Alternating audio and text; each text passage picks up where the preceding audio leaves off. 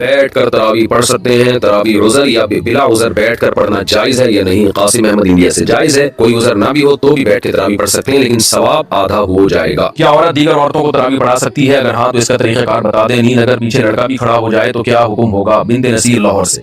औरत की इमामत में अगर लड़का पीछे खड़ा हो जाए तो उस लड़के की तो बहरहाल नमाज नहीं होगी, क्योंकि मर्द को तो मर्द ही इमामत कर सकता है।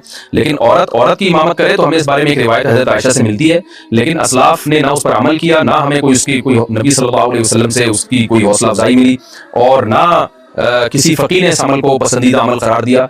यही वजह है कि खुलफाए राशिदीन के दौर में भी ऐसा नहीं हुआ, बाद में भी ऐसा नहीं हुआ, और हमेशा मर्द ही इमामत करते रहे हैं। तो इसलिए हज़रत आयशा के इस अमल से ये बहरहाल पता चलता है कि अगर कोई औरत ऐसा कर लेगी तो पीछे औरतों की नमाज हो जाएगी, लेकिन ये अमल बहरहाल पसंदीदा है नहीं।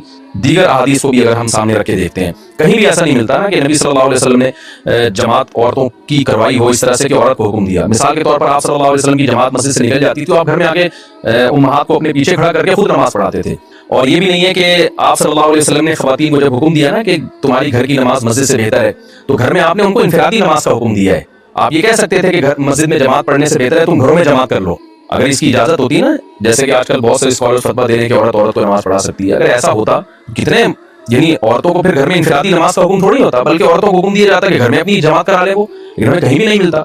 तो सिर्फ एक हदीस को देख के कभी फैसला नहीं किया जाता, बाकी भी तमाम हदीस को देखा जाता है। तो उन तमाम हदीस को देख के फुक़हा ने जो इस्तेदलाल किया वो ये है कि अगर औरत को नमाज पढ़ा दे तो नमाज हो तो बहरहाल जाएगी, लेकिन ये अमल बहरहाल मकरूह और नापसंदीदा है, ये काबिले तरगीब अमल नहीं है। इसलिए ख़वातीन को चाहिए कि वो इनफरादी नमाज पढ़ें, जमात से पढ़नी है तो मर्द को इमाम बनाएं, उसकी इक़्तिदा में नमाज पढ़ें। और अगर बिलफर्ज औरत को नमाज पढ़ाती है मकरूह होने के बावजूद, वो कहती नहीं शौक है उसको पढ़ाने का, तो फिर ख़वातीन इमाम जो है ना वो सफ़ के बीच में खड़ी होंगी, वो आगे नहीं खड़ी होंगी, क्योंकि नमाज में औरत को बहुत ज्यादा सिमटने का और पर्दे का हुक्म है, एक्सपोज होने की इजाजत नहीं है। तो उसमें फिर ये है कि वो ख़वातीन, जैसे आयशा के बारे में यही है ना कि ख़वातीन के बीच में हो, बीच में थी वो, तो फिर आगे जाने के बजाय जहां सफ़ है उसी के बीच में वो औरत खड़ी होकर नमाज पढ़ाएगी।